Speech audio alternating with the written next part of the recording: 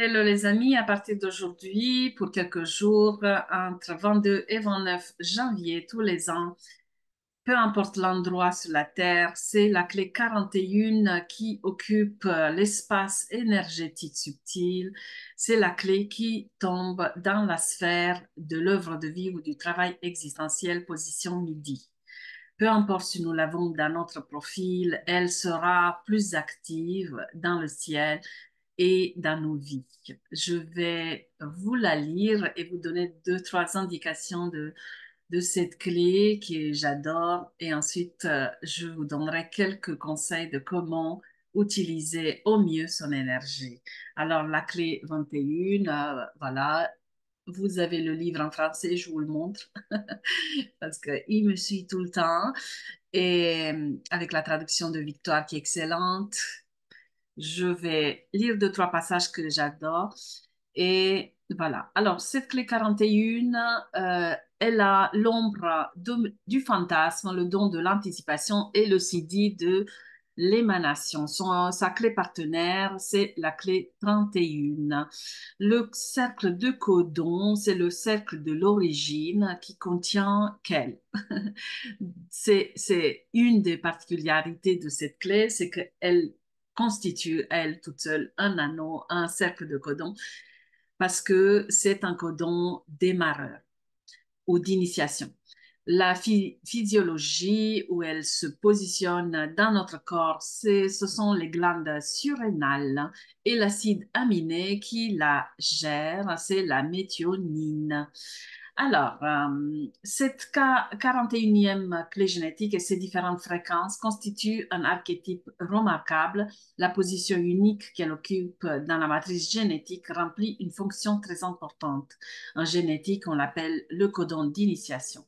Du fait du rôle fondamental de cette clé génétique, il peut être utile de bien comprendre ce dont il s'agit. Alors, cette clé, en tant qu'archétype génétique du fonctionnement intérieur de la conscience humaine, son message est d'une importance capitale pour nous tous. Au niveau de l'ombre de la 41e clé génétique, la conscience tourne autour de la question du fantasme et des rêves. Être sous l'emprise de cette ombre revient à de tenir la clé de vos rêves sans jamais nous l'utiliser.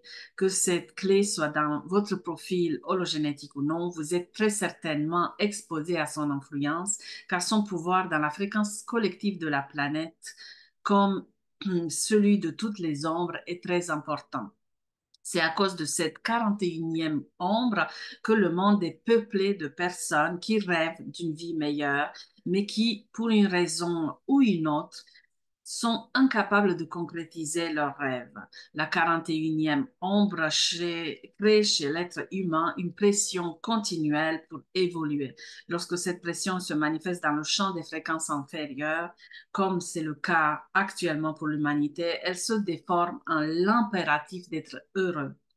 Ainsi commence ce que les anciens appelaient la roue de Samsara, un cycle de souffrance sans fin où les humains sont piégés par le besoin de satisfaire leur désir. La nature refoulée intériorisée de cette ombre, c'est la rêveuse. Cette nature échappe à la vie par le biais de la rêverie. Ces personnes ont un programme qui est dicté par leur fantasme. Elles ne sont vraiment pas présentes dans le monde réel et elles interprètent tout ce qu'on leur dit au travers de leurs rêves.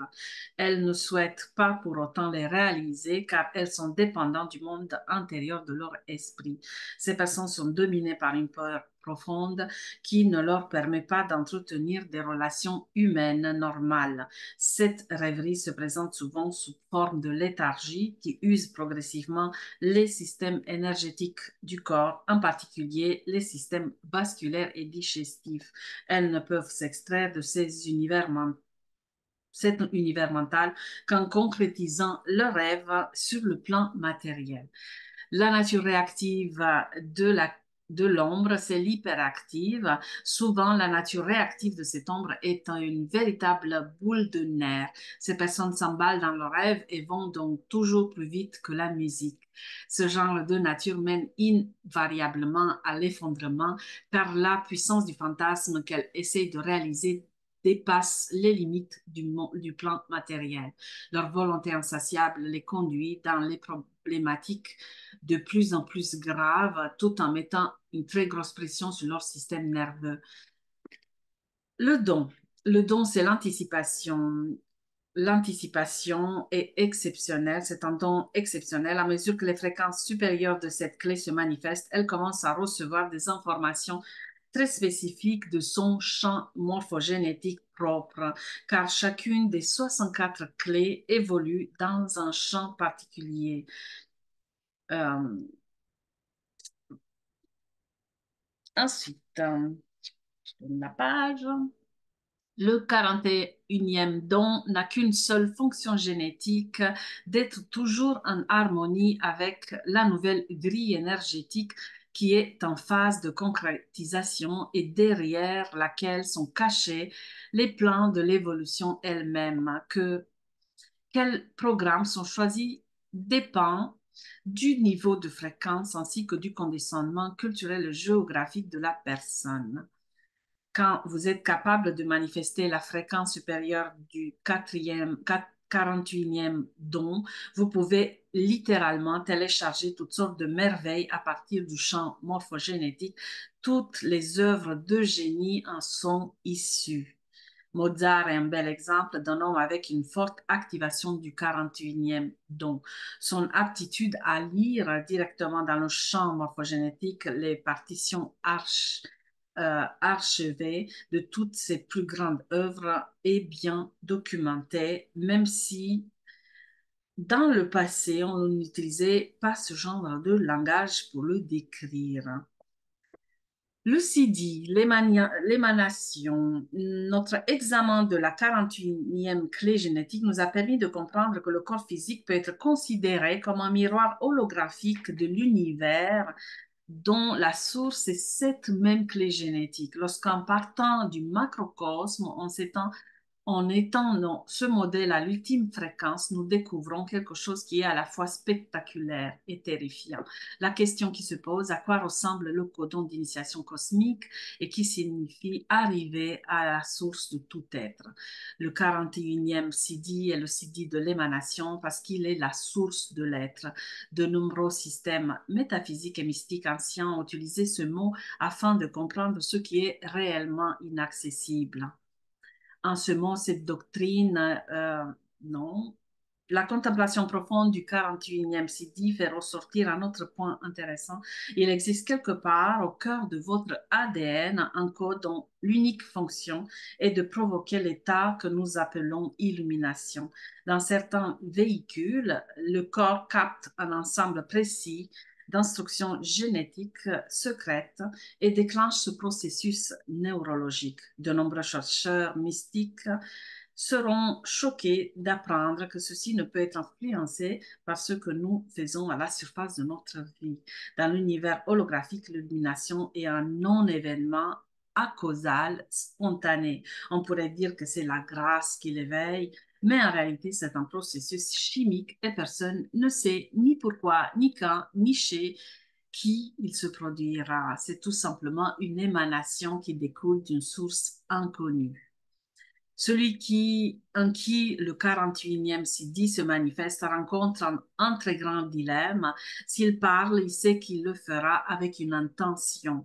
Même s'il ne parle pas, les autres en interpréteront le sens. Ces personnes comprennent qu'elles sont piégées. Elles apprécient que leur état ne peut être communiqué et que rien qu'elle ne puisse dire ne peut aider quoi quiconque.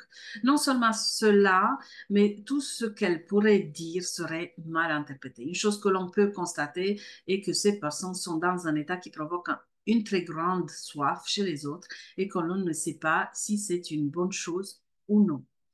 Elles sont en quelque sorte tombées de la roue du samsara et en ce faisant, il n'y a plus de pression pour évoluer.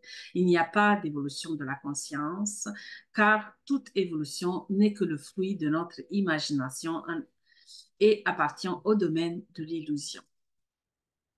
Voilà, cette lecture de la clé. Maintenant, je vous invite pour cette clé de regarder votre fantasme, votre mode opératoire de cette illusion qui vous enveloppe pendant ces jours-ci. Pendant ces jours-ci, votre subconscient, votre inconscient vont être plus transparents, ils vont être plus visibles, on peut dire comme ça, à notre regard physique, à notre regard subtil. Et nous pouvons voir plus aisément comment nous nous bernons, comment nous rêvassons, comment nous remettons les choses à plus tard, comment voilà, nous gonflons de notre énergie d'arrogance pour pas passer à l'action, pour pas concrétiser nos rêves. Cette clé, ça, elle me tient profondément à cœur. Elle ne fait pas partie de mon profil directement, mais je l'ai canalisée, je l'ai captée très tôt dans ma vie. Et, et j'anticipe, en fait, dans le sens où je ressens des informations concernant les mois futurs, les paliers futurs dans mon business, dans ma vie. Voilà, ces informations viennent vers moi en avance. Et c'est comme ça que j'ai compris, quand je vois cette clé dans les profils des clients que j'accompagne, qu'elles confondent en général ce qu'elles captent de ce champ morphogénétique qui est le plan astral et le concret de leur quotidien. Il y a un mélange, il y a un manque de clarté sur ces informations qui se chevauchent entre l'avenir et le présent et le passé. Et c'est pour ça qu'il y a parfois certaines personnes qui peuvent passer à l'action sur des informations qui sont encore lointaine. Voilà. S'il y a par exemple une information de faire une masterclass, elle est prévue pour dans 3 mois. Une personne qui a la clé 41 peut croire que c'est pour maintenant. Elle va peut-être le mettre en action. Elle va se mettre la pression et mettre derrière ce geste, derrière cette action, tous ses désirs et décaler en fait les énergies. Ce que j'ai remarqué aussi, que on dit que cette clé, c'est la clé des personnes de succès. Toutes les personnes qui ont du succès, toutes les personnes qui ont réussi leur business, qui ont réussi leur vie, qui ont impacté, qui ont eu de la renommée, ont activé cette clé parce que c'est une clé justement qui connecte ces plans subtils. Je le racontais dans un live, je ne sais plus lequel, sur comment poser une intention, il me semble, que voilà, en fait, on ouvre des portails vers le champ morphogénétique et c'est là, en fait, qu'on va commencer à créer ce que nous voulons concrétiser dans le matériel, dans la 3D. Et on ne peut pas concrétiser les choses physiquement si on ne les a pas d'abord créées dans le subtil, si elles n'ont pas pris suffisamment d'énergie pour venir nous porter, parce que sinon, c'est comme si on donnait toute l'énergie vitale à la concrétisation, ça va nous fatiguer et c'est pas quelque chose qu'on peut porter longtemps. On crée les choses en anticipant. Anticiper, c'est pas faire sa to-do list ou mettre les choses dans l'agenda. Ça, c'est la toute dernière étape. Anticiper, c'est créer dans le subtil, se connecter, imaginer, visualiser, lancer ses intentions, incarner cette posture dans le présent. Alors, je vous invite donc à voir comment ce fantasme se crée dans votre vie.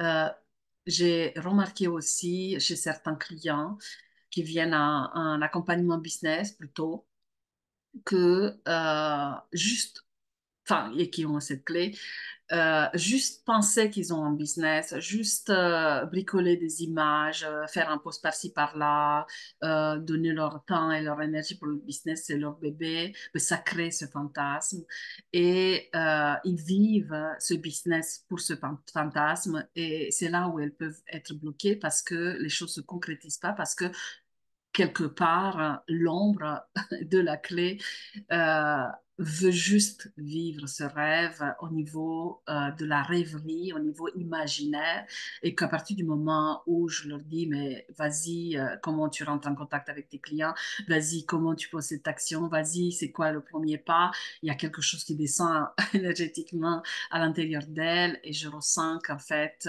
elles veulent pas. C'est inconscient, évidemment, mais elles veulent pas vraiment le vivre. Et c'est une étape, en fait, c'est une étape importante entre imaginer, se voir faire quelque chose et le vivre. C'est une étape qui se vit dans le corps, c'est une étape qui demande de l'énergie corporelle, qui demande une posture, qui demande un courage. Et c'est pour ça que dans le profil génétique, il y a une sphère qui est la sphère du rayonnement où on émane justement cette clé, peu importe ce qu'on a comme clé d'ailleurs, on émane cette émanation parce qu'on émane de notre génie dans cette sphère du rayonnement où on nous demande pour l'allumer, pour qu'elle perce, on nous demande d'oser vivre nos rêves. À très vite pour la prochaine clé. Ciao.